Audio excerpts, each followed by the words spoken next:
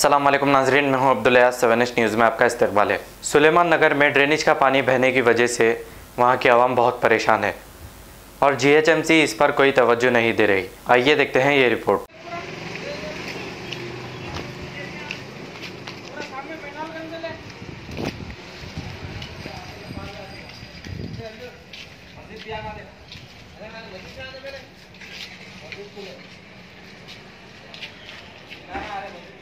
हाँ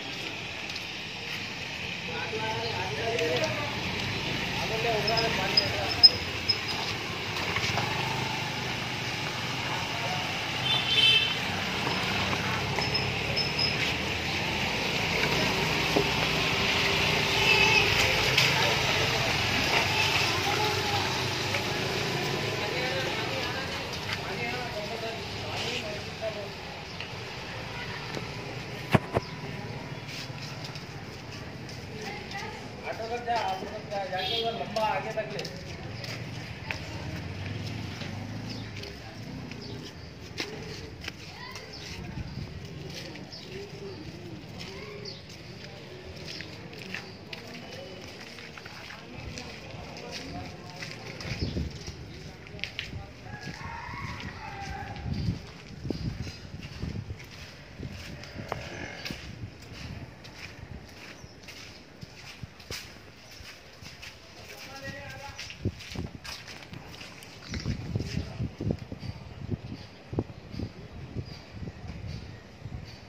A1 township की एक और नई पेशकश।